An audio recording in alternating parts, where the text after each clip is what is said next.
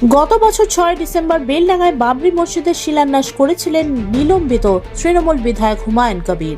আর আজ সেই প্রস্তাবিত বাবরি মসজিদের নির্মাণ কাজ শুরু হতে চলেছে। মসজিদের শিলান্যাস অনুষ্ঠানের আগে 4 ডিসেম্বর হুমায়ুনকে সাসপেন্ড করে তৃণমূল।